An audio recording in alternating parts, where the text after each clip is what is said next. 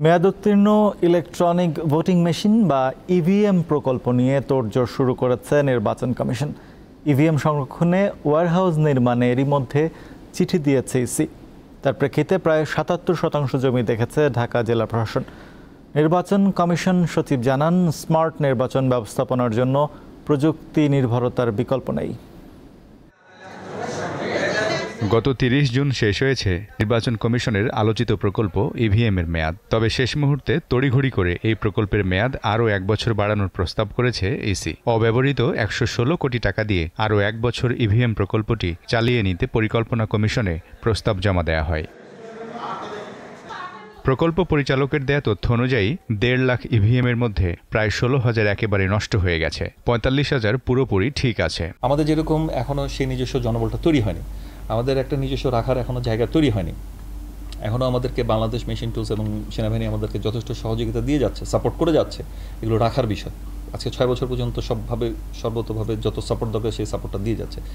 But এটা in-house কোনো system build up হয়নি। নির্বাচন কমিশন শুধু ইভিএমের জন্য না, এটা নিজস্ব যে কার্যপ্রণালী বা কার্য যে ব্যবস্থা আছে সেটার জন্য এটা লজিস্টিক হ্যাভি একটা অর্গানাইজেশন।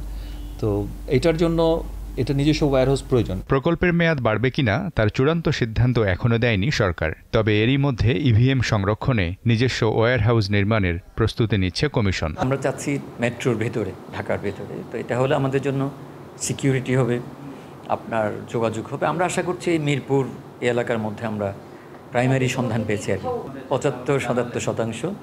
এটা হলে আমাদের চলবে আপাতত। তা আমরা চাচ্ছি শুধু ওয়্যারহাউস না, এটার সাথে অন্যান্য আমাদের যদি অফিস স্পেস আমরা পাই তাহলে আমরা এটাকে কমপ্লেক্স আকারেও করতে পারি। নির্বাচনে ইভিএম এর ব্যবহার নিয়ে পক্ষে বিপক্ষে মত আছে রাজনৈতিক দলগুলোর মধ্যে। তবে কমিশন বলছে, দেশের বিপুল সংখ্যক ভোটারের ভোট গ্রহণে যন্ত্রের ব্যবহারই সহজ সমাধান। সামনে তো আপনাকে স্মার্ট ইলেকশন যদি আপনি করতে চান ম্যানেজমেন্ট, তাহলে আপনাকে প্রযুক্তি নির্ভর হতেই হবে। তো প্রযুক্তি এখন আমাদের অ্যাভেলেবল যেটা আছে সেটা হলো আমাদের ইভিএম। আমরা কিভাবে এটাকে কস্ট কমাতে পারি কম্পেয়ার টু আদার কান্ট্রিজ। আপনার ব্রাজিল কি করছে, ইন্ডিয়াতে তো কমে কীভাবে করছে। ২০১৮ সালে ৩,৮২৫ কোটি ৪০ লাখ টাকা ব্যয়ে ইভিএম প্রকল্প হাতে নেয় ইসি। কেনা হয় ১.৫ লাখ ইভিএম। প্রতিটি ইভিএম কিনতে খরচ হয় ২,৩৫,০০০ টাকা। মিজানুর রহমান, দীপ্ত সংবাদ, ঢাকা।